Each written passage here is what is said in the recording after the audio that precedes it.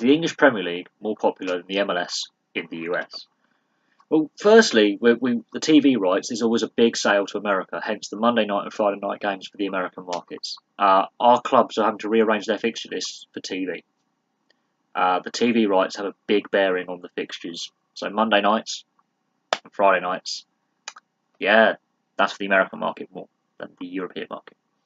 I'm also seeing a lot of American YouTubers who deal in sports, either covering just football, so my version of football, so soccer, or if they're a multi-sports channel and they're a discussion channel, they're discussing the stadiums, the club crest, the club history, the ranking the jerseys, and they're discussing not just the English Premier League, but English football or European football in general. So the TV rights, clearly. And then you've got to think of the investment in the sport. There's been a lot of American players play in Europe, a lot play in Germany, and a few have played in England. Tim Howard is a prime example. Brian McBride, Clint Dempsey. These are prime examples of US-based players who've played in England. Brad Friedel used to play for my team. Won a trophy with us as well. Casey Keller. There's been a list of American goalkeepers. Brad Guzan. There's a list of American goalkeepers who played in England over the last 20 years. But also the clubs that are owned by Americans. There's 4 that I can think off the top of my head. That's Man United, Liverpool, Aston Villa, and Fulham. There are other clubs with American investment, but not sole ownership. So they're buying our clubs. We have American players playing over here.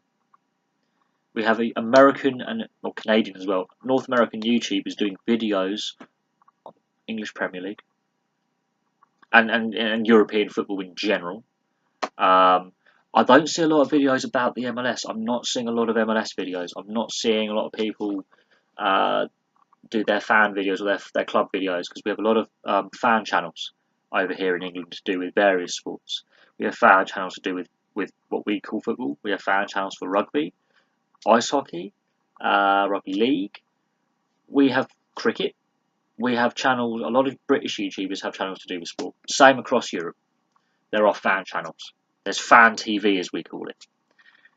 Some clubs have got a selection of fans who have their own YouTube channels, and some of it's really, really funny. Some of them are really, really, really, really have some good humour on there as well. But a lot of Americans are watching this as well. So yeah, I do think the Premier League has possibly been better marketed by the TV companies, because I've seen it when I'm watching NHL games, when I managed to actually get an NHL live game on the TV at a mate's house. In the screen, they're advertising an English Premier League game because it's an American feed with American commentators, and we just got it on the channel. But they'll be advertising during that game. They'll also be able tonight's Premier League game between Everton and Liverpool, Man United, Man City, Bournemouth, Southampton, Chelsea, Arsenal. They'll be advertising certain rivalry games, hence the Friday night and Monday night games. And they're advertising it during another sporting event. But they're not advertising the next MLS fixtures. I'll catch LA Galaxy, Los Angeles FC, or New York Red Bull versus New York FC. They're not advertising the MLS. So I think marketing has got something to do with it. And I know David Beckham and Steven Gerrard played in the MLS. So did Andrea Pirlo from Italy and Kaká from Brazil. These World Cup winners, these Champions League winners, these FA Cup winners. They've all played in the MLS, and that's helped grow it. But I'm not sure on the marketing of the MLS to the wider TV audience in America and the wider fan base in America. Because it's a European sport, is it an alien concept? Also, we have promotion and relegation, and Americans seem to find that very, very interesting, watching our leagues over in Europe with promotion and relegation between the top tier, the second tier, the third tier, the fourth tier, etc. You don't have that in North America. We don't have a salary cap, so our players are paid big money, whereas there's salary caps in North America which limit the wages that players can get in all leagues. Now, if we look at the NHL, for example, Connor McDavid is paid the most per year.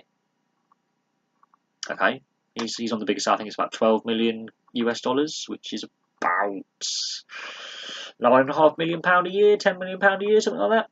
Alexis Sanchez, who plays for Manchester United, is on $34 million a year in his contract. And he's not the top paid football player in the world. That says something. He's not on the top wages.